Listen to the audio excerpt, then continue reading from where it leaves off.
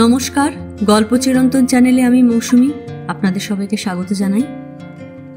যদি গল্প পাঠ ভালো লাগে তাহলে শেষে একটা লাইক দিয়ে যেতে ভুলবেন না। এখনও যারা আমার চ্যানেলটা সাবস্ক্রাইব করেননি তাদের সকলের কাছে আমার অনুরোধ, প্লিজ আমার চ্যানেলটা সাবস্ক্রাইব করে নেবেন। পাশে যে বেল নোটিফিকেশনটা আছে সেটা অবশ্যই প্রেস করে দেবেন। আজকের উপস্থাপনা সাহিত্যিক বিভূতিভূষণ বন্দ্যোপাধ্যায়ের ব্ল্যাক মার্কেট দমন করো। চিঠিখানা পাইয়া বড়ই রাগ হইল। সকালে চা পান করিয়া সবে সেরেস্তায় আসিয়া বসিয়াছি, আর অমনি পিয়ন আসিল। ঘড়িতে দেখিলাম মাত্র ৮টা। বলিলাম, আজ এত সকালে? পিয়ন বলিল, না বাবু, সকাল আর কই, আপনার 2টো মানি অর্ডার আছে, ভাবলাম আগে বিলি করে তবে অন্য জায়গায় যাই। একটু পরে মক্কেলের ভিড় হলে তখন আপনি ফুরসত পাবেন না হয়তো। নিন, সই 2টো করে দিন, 50 টাকা আর 28 টাকা 11 আনা। মক্কেলদের টাকা অবশ্য, কোটের খরচা। বিজন মুহুরীকে ডাকিয়া বলিলাম, দেখো তো ইসমাইল বদ্দি বাদী ফজলুল গাজী বিবাদী কেসের তারিখটা কত?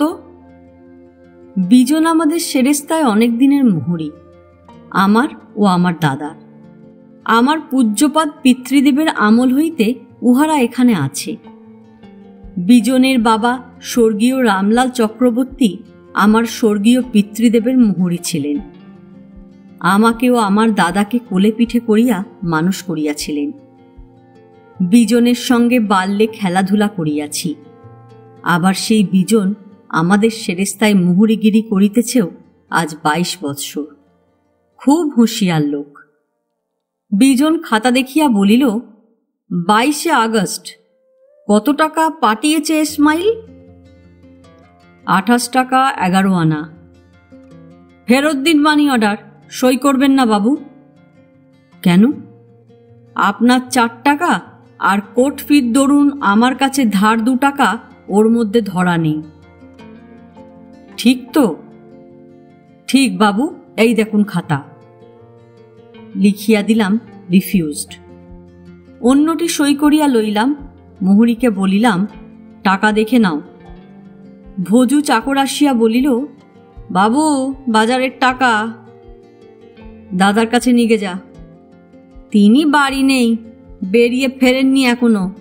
মা ঠাকুরুন বলে দিলেন মাছ 1 সের আর মাংস 1 সের লাগবে। মাংস আবার কি হবে আজ? আহ, বিরক্ত করলে সব, খরচ করেই সব উড়িয়ে দিলে। রোজ মাংস। নিয়ে যা 1খানা নোট। বিজন, 1খানা 10 টাকার নোট দাও তো ফেলে এদিকে। দুধের 3 টাকা শোধ করে দিয়ে আসবি আজ, বুঝলি?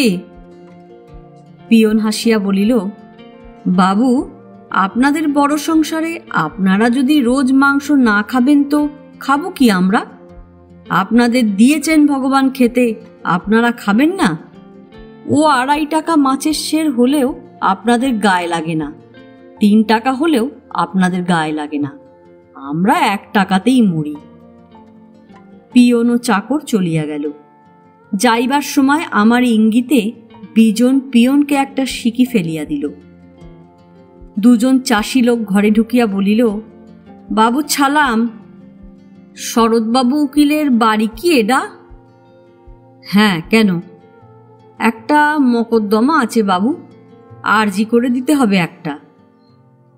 কি কেস? কোথায় বাড়ি? বাবু, আমার বাড়ি রায়পুর, আর এ আমার খালাতো ভাই, এর বাড়ি নহাটা। আমাদের একটা আম বাগান ছিল, তা আমার চাচা হবিবর শেখ। মক্কেল জটিল গল্প ফাঁদিবে বুঝিয়া বিজন মুহুরীকে বলিলাম, এদের কেস শোনো। আমি ততক্ষণ ডাকের চিঠিগুলো দেখে নি। খবরের কাগজখানা চোখ বুলিয়ে যাই।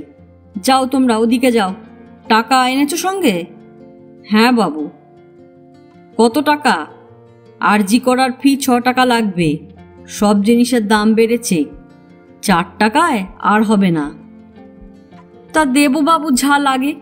আমাদের শুনুন তবে বাবু, কি নেকগেড়ো, এই আমার খালাতো ভাই। যাও, ওদিকে যাও।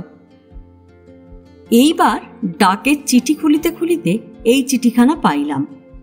পড়িয়া বিরক্ত বোধ হইল। চিঠিখানা এই: শুভাশীর্বাদ মস্তু রাশয় বিশেষ। বাপ জীবন, অত্র সকল কুশল জানিবা। তোমাদের অনেকদিন কোনো সংবাদ পাই নাই। পরে লিখি যে আমাদের গৃহদেবতা শালগ্রামের পূজার জন্য তোমরা যে 2 টাকা প্রতি মাসে পাঠাইয়া থাকো, তাহা এ যাবৎ নিয়মিত পাইয়া আসিতেছি। কিন্তু লিখি যে বর্তমান অবস্থায় সকল জিনিস আকড়া। 1 সের আলু চাউলের মূল্য মাখমহাটির বাজারে 8 হইতে 10 আনা। একটি পাকা কলা 1 পয়সা মূল্যে হাটে বিকায়। এই অবস্থায় পূজার দরুন প্রতি মাসে 6 টাকা করিয়া না দিলে আর পারা যাইতেছে না। সকল দিকে বিবেচনা করিয়া আগামী মাস হইতে 6 টাকা করিয়া পাঠাইবে। খুড়া মহাশয় রামধন চক্রবর্তী সম্প্রতি পায়ে আঘাত পাইয়া বড় কষ্ট পাইতেছেন জানিবা। বধূ মাতাদের আশীর্বাদ জানাইবা। ইতি নিত্যাশীর্বাদক শ্রী হরিসাধন দেব শর্মা। একটু পরে দাদা বেড়াইয়া ফিরিলেন। তার পায়ের শব্দ পাওয়া গেল। বিজনকে বলিলাম, একবার বড়বাবুকে ডাক দাও তো, উনি বোধহয় সেরেস্তায় গিয়ে বসেছেন। দাদা আসিয়া বলিলেন, কি রে? এই দেখো, হরিভট্টাচার্য আজ দেশ থেকে চিঠি লিখেছে, 6 টাকা না পাঠালে মাসে মাসে আর সে ঠাকুর পুজো করবে না। দাদা পত্র পড়িয়া ভ্রু কুঞ্চিত করিয়া বলিলেন, ও, ঠাকুর পুজোতেও ব্ল্যাক মার্কেট? দয়া করে তো টাকা দিচ্ছি, নামেই পৈতৃক ভিটে, কখনো যাইও নে, জ্ঞাতিরা বাড়িতে আছে, ও টাকা তো স্টাইপেন্ডের সমান দিচ্ছি আমরা। বেশ, না পুজো করেন না করবেন, টাকা একদম বন্ধ করে দাও সামনের মাসে। গৃহই নেই তো গৃহদেবতা। তাহাই করিলাম। 2 মাস কোনো টাকা গেল না, চিঠিপত্রও নয়। 2 মাস পর আর এক চিঠি দেশের। খুলিয়া পড়িলাম, শুভাশীর্বাদ মস্তু রাশয় বিশেষ। অত্র পত্রে কুশল জানিবা। পরে লিখি যে বাবা জীবন, তোমাদের পৈতৃক গৃহদেবতা শালগ্রাম সেবার জন্য যে 2 টাকা করিয়া মাসে মাসে পাঠাইয়া থাকো, তাহা আজ 2 মাস যাবৎ বন্ধ হওয়ার কারণ কিছু বুঝিলাম না। আমরা তোমাদের বংশের কুলপুরোহিত। বর্তমানে অবস্থা দরিদ্র হইয়া পড়িয়াছে। যাহা পাঠাইতেছিলে না দিলে পূজাও বন্ধ হয়, সংসারের সাহায্যও পাওয়া যায় না। অতএব টাকা পাঠাইতে বিলম্ব করিবা না। খুড়া মহাশয় সম্প্রতি সুস্থ হইয়া উঠিয়াছেন। পত্র পাঠ টাকা মানি অর্ডার যোগে পাঠাইবা। বধূ মাতাদের আশীর্বাদ দিবা। ইতি নিত্যাশীর্বাদক শ্রী হরিসাধন দেব শর্মা। দাদাকে পড়াইলাম। দাদা বলিলেন, দাও পাঠিয়ে, বদমাইশি ঠান্ডা হয়ে গিয়েছে। ব্ল্যাক মার্কেট করতে এসেছে ঠাকুর পুজোয়।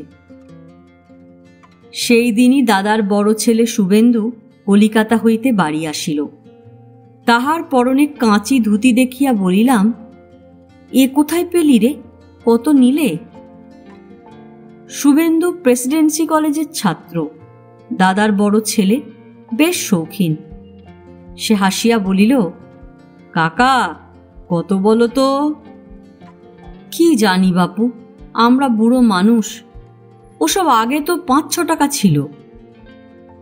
30 টাকা একখানা, তাও লুকিয়ে এক দোকান থেকে সন্ধ্যের পর কেনা।